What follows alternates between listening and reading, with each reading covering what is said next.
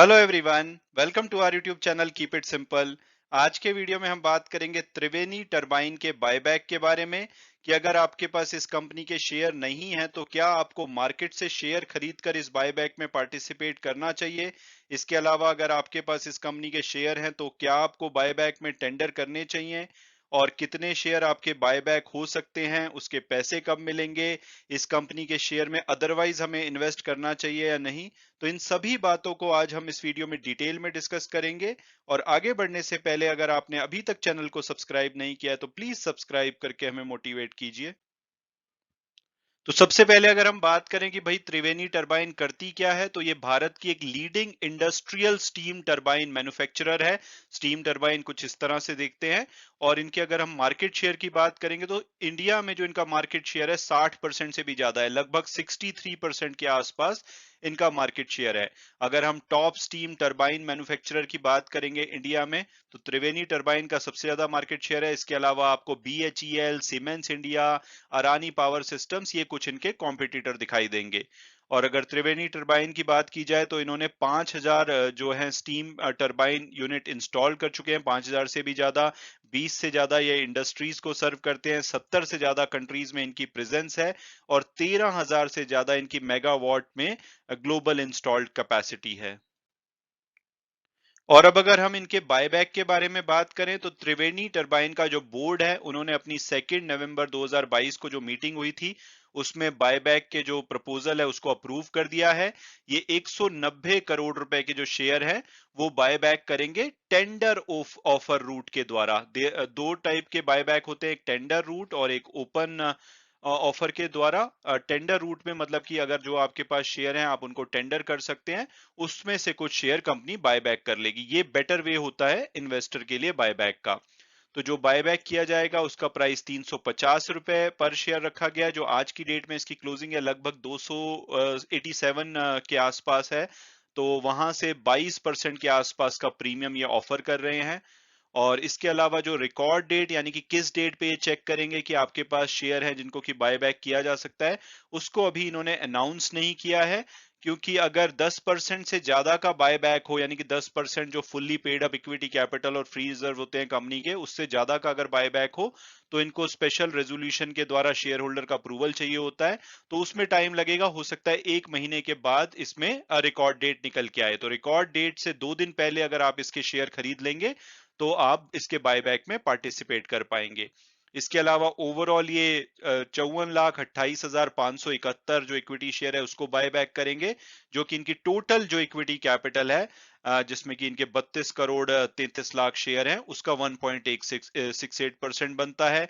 Overall जो ये offer size है ये fully paid up equity capital और फ्री रिजर्व का 24.79% और 22.86% है। ये 25% से कम होना चाहिए, यानी कि बायबैक 25% से ज्यादा नहीं हो सकता।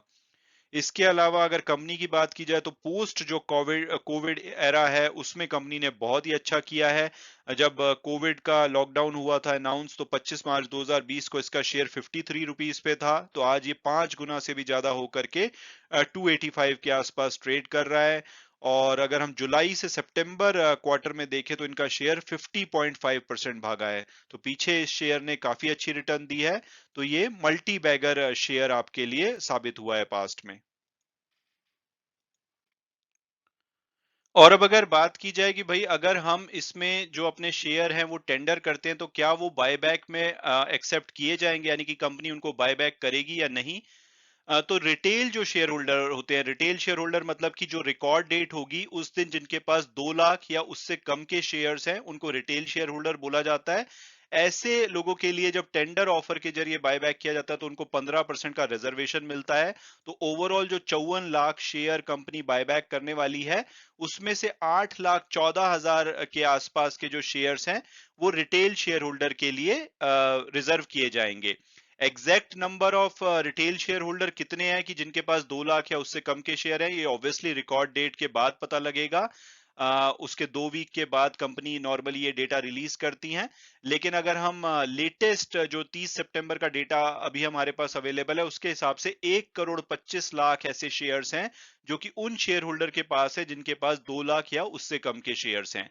तो इसका अगर हम इसमें से अगर हम 8,14,285 शेयर कंपनी बायबैक करती है तो लगभग एंटाइटलमेंट जो है वो 6.5% निकल के आता है। एंटाइटलमेंट का मतलब होता है कि जितने भी रिटेल इन्वेस्टर कैटेगरी में शेयर्स हैं, जैसे कि इस केस में मान लो कि 1,25,00,000 हैं, तो उसमें से जितने एंटाइटल्ड होते हैं रिजर्व्ड शेयर या जितने कंपनी बायबैक करेगी, वो रिजर्व कोटा के हिसाब से 8,14,000 होते हैं, तो 6.5% एंटाइटलमेंट निकल के आता है। तो लगभग 100 में से 6.5 शेयर तो कंपनी आपके बायबैक कर सकती है। इसके पूरे पूरे चांसेस है, अनलेस की रिकॉर्ड डेट से पहले ये नंबर ड्रास्टिकली चेंज हो जाए।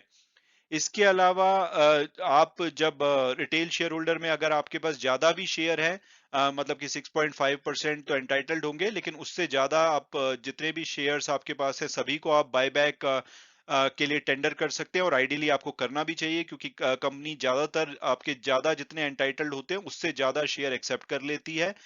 तो ये देखना होगा कि कितने शेयर एक्सेप्ट किए जाते हैं, बट अगर आप इसमें पार्टिसिपेट करना चाहते हैं और आपको ये प्राइस अच्छा लग रहा है, तो आपके पास जितने भी शेयर्स हैं अगर वो ओवरऑल 2 लाख से कम के हैं, तो आपको सभी शेयर को टेंडर करना चाहिए जब इसकी बायबैक के लिए ये ओपन होगा।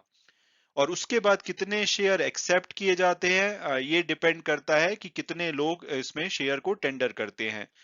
तो अगर हम 2018 में कंपनी ने जब बायबैक किया था उसके अगर हम डेटा को देखें, तब जो रिजर्व्ड कैटेगरी के जो शेयर थे वो 10 लाख शेयर किए गए थे, यानी कि जो ओवरऑल शेयर कंपनी ने बायबैक किए थे उसके 15% 10 लाख थे, जो कि इस बार कंपैरेटिवली 8,15,000 के आसपास होने चाहिए।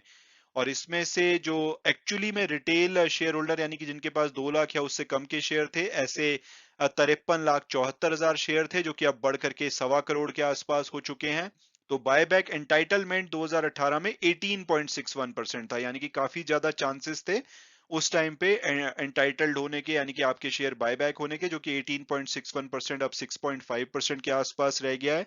और लोगों ने जो टेंडर किए थे उस टाइम पे वो 18,39,000 शेयर किए थे, यानी कि 34.22% लोगों ने टेंडर किए थे, क्योंकि सारे लोग अपने बायबैक में पार्टिसिपेट नहीं करते। लेकिन आजकल टीसीएस के बायबैक के बाद लोगों का जो लोगों का नजरिया बदल चुका है, वो ज्यादातर बायबैक में पार्टिसिपेट करना चाहते हैं। तो हम अगर मान के चलें कि भाई 2018 वाला ही टेंडरिंग रेशो रहता है, तो लगभग 42,77,000 शेयर्स को टेंडर किया जाएगा। तो रिटेल जो रिस्पॉन्स है वो 183% था, लेकिन अगर 42 लाख शेयर अगर टेंडर किए जाते हैं तो 8 लाख के मुकाबले में 525% का रिटेल रिस्पॉन्स रह सकता है। तो उस हिसाब से आपकी जो अल्टीमेटली जो शेयर एक्सेप्ट किए जाएंगे, जो कि 2018 में 54.37% थे, यानी कि अगर आपने 100 शेयर टेंडर किए थे तो आपके 54 शेयर बायबैक हो गए थे, जो कि बहुत ही अच्छा रेशो है। लेकिन इस बार बेस्ड ऑन माई एनालिसिस 20% के आसपास आपके शेयर बायबैक करे जा सकते हैं, अनलेस कि लोग इसमें ज्यादा इंटरेस्ट ना दिखाएं। और अब अगर बात की जाए कि भाई हमें अगर हमारे पास इसके शेयर नहीं है तो क्या मार्केट से अभी शेयर खरीदने चाहिए, क्योंकि आज की डेट में अगर 285 रुपए के आसपास का रेट चल रहा है और कंपनी उसको 350 रुपए में खरीद लेती है, तो ये गोल्डन अपॉर्चुनिटी है। तो उसके लिए अगर हम इस टेबल को समझें, तो अगर आपको रिटेल शेयर होल्डर या उससे नीचे रहना है, यानी कि ओवरऑल आपके पास 2 लाख या उससे कम के शेयर होने चाहिए रिकॉर्ड डेट को, तो आइडियली अगर हम 2 लाख को 350 से डिवाइड करें तो आपको 571 शेयर, आप इससे थोड़े से ज्यादा भी ले सकते हैं करंट प्राइस के हिसाब से। बट अगर मान लो इसका शेयर भाग जाता है, जैसे कि बायबैक की जब से अनाउंसमेंट आई है शेयर थोड़ा भागा है, तो हम सेफ्टी के लिए ऐसा ले लेते हैं कि 571 शेयर अगर हम इन्वेस्टमेंट करते हैं, और हम 3 सिनारियो लेते हैं कि हमारे 20% शेयर एक्सेप्ट होंगे, 50% शेयर एक्सेप्ट होंगे और 100% शेयर एक्सेप्ट होंगे। तो जब 20% की उम्मीद सबसे ज्यादा है तो 1,62,000 रुपए हमारे लगेंगे, और हम 571 शेयर आज के डेट में जो 285 रुपए का प्राइस चल रहा है उसमें ले पाएंगे। अगर हमारे 20% शेयर टेंडर होते हैं, यानी कि 571 के 20%, तो लगभग 114 शेयर अगर टेंडर होते हैं 350 के प्राइस पे, तो हमें लगभग 40,000 रुपए का अमाउंट मिलेगा। और ये हमने शेयर 285 में खरीदे होंगे, 350 में हम इसको बेच देंगे, बायबैक कर लेगी कंपनी, तो 65 रुपए पर शेयर के हिसाब से 114 शेयर पे 7,410 का प्रॉफिट होगा। और हम ये एज्यूम करते हैं कि ओवरऑल जो इसका प्राइस है, जब आपके शेयर ले लिए जाएंगे बायबैक में एक्सेप्ट हो जाएंगे, तो 285 या इससे ऊपर रहता है, तो मिनिमम आपको इतना प्रॉफिट होगा, जो कि 4.6% होगा आपकी 1,62,000 की इन्वेस्टमेंट का। अगर आपके 50% शेयर एक्सेप्ट कर लेती है कंपनी, यानी कि 571 में से 285, तो आपको 18,500 रुपए का प्रॉफिट होगा, जो कि आपकी इन्वेस्टमेंट का 11.34% होगा।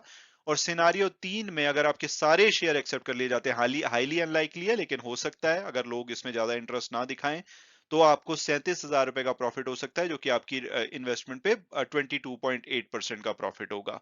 तो ओवरऑल आपको देखना होगा कि भाई ये जो 20% की मुझे उम्मीद है, तो लगभग आपको 4 से 5% का प्रॉफिट इसमें हो सकता है।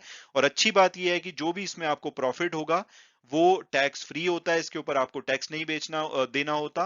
क्योंकि अगर आप अदरवाइज आप इन शेयर्स को मार्केट में बेचेंगे तो शॉर्ट टर्म आपको 15% का टैक्स लगेगा, और लॉन्ग टर्म में आपको डिपेंडिंग अपॉन कि आप एग्जेम्प्टेड हैं तो एग्जेम्प्टेड रहेंगे, नहीं तो 10% का टैक्स लगेगा, लेकिन यहाँ पे आपका कोई भी टैक्स नहीं लगेगा। और इस टॉपिक को अगर आप और भी समझना चाहते हैं तो मेरा टीसीएस के टाइम पे मैंने ये वीडियो बनाया था, इसको आप समझ सकते हैं। तो इसके द्वारा आप इसमें टैक्स बचा सकते हैं अगर आपके शेयर बायबैक कर लिए जाते हैं। और अब अगर बात की जाए कि भाई अगर मैं बायबैक में पार्टिसिपेट करता हूँ, शेयर को टेंडर करता हूँ, तो मेरे अकाउंट में पैसे कब तक आ जाएंगे?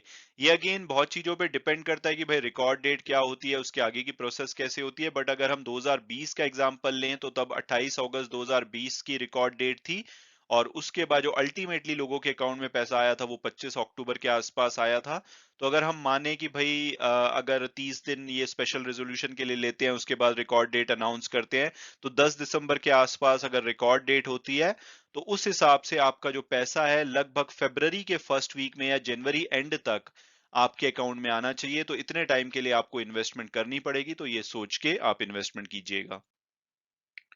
और अब अगर मेरी ओपिनियन पूछी जाए कि भाई क्या हमें मार्केट से शेयर लेकर के बायबैक में पार्टिसिपेट करना चाहिए, तो मेरे ओपिनियन ये होगी कि अगर आपको कंपनी पे भरोसा है, अदरवाइज भी आप इस कंपनी में इन्वेस्ट करना चाहते हैं, क्योंकि टीसीएस में क्या हुआ था, उस टाइम पे 3700-3800 रुपए का शेयर प्राइस चल रहा था, कंपनी ने 4500 का बायबैक निकाला, तो लोगों ने बहुत सारे शेयर खरीदे और कंपनी ने उसमें से कुछ शेयर 4500 रुपए पे बायबैक कर लिए। लेकिन आज की डेट में वो शेयर 3000 से 3200 के बीच में झूल रहा है, तो लोगों को नुकसान हो रहा है। लेकिन अगर मैं होता तो मैं इस बायबैक से ज्यादा निराश नहीं होता, क्योंकि टीसीएस पे मुझे भरोसा है, मैं लॉन्ग टर्म के लिए इसको होल्ड कर सकता हूं, क्योंकि मुझे उम्मीद है कि अल्टीमेटली ये शेयर जो मेरा बाइंग प्राइस है उससे ऊपर जाएगा, साथ साथ में ये डिविडेंड भी देता है।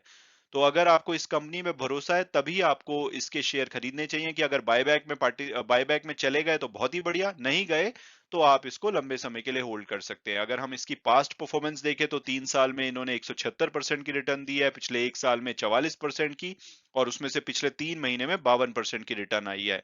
और जो ब्रोकरेज रिपोर्ट्स हैं उसके हिसाब से इनका जो टारगेट प्राइस है 325 के आसपास आता है। टिकर टेप के प्रोडक्टिव एनालिसिस के हिसाब से इसका जो एवरेज टारगेट प्राइस है 293 294 होना चाहिए, हायर साइड पे 325, लोअर साइड पे 240।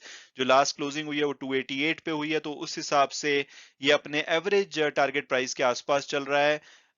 छोटी कंपनी है, स्मॉल कैप कंपनी है, 9000 करोड़ का मार्केट कैपिटलाइजेशन है, लेकिन वैल्यूएशन मुझे हाई लगता है, 60 की पी, 10 की पीबी कंपैरेटिव टू। अगर भारत इलेक्ट्रॉनिक या बीएचईएल वगैरह देखेंगे तो वो सस्ते लगते हैं, लेकिन इसमें मार्केट शेयर इनके पास है, डेट फ्री कंपनी है, प्रॉफिटेबल कंपनी है। तो अगर आपको कंपनी पे भरोसा है तो आप डेफिनेटली इसके शेयर खरीदिए और बायबैक में डेफिनेटली पार्टिसिपेट कीजिए। लेकिन अगर आपको लगता है कि भाई कंपनी तो रिस्की है, अदरवाइज मैं इसमें इन्वेस्ट नहीं करना चाहता, तो मुझे नहीं लगता कि 4 से 5% की रिटर्न के लिए आपको रिस्क लेना चाहिए। मैं उम्मीद करता हूँ कि आपको ये वीडियो पसंद आया होगा और आपने कुछ नया जाना होगा। और मेरा ये डिस्क्लेमर भी है कि अगर आप इसमें पार्टिसिपेट करना चाहते हैं तो अपनी फर्दर रिसर्च और फाइनेंशियल एडवाइजर की एडवाइस पे ही कीजिए। Thanks so much for watching the video and God bless you all.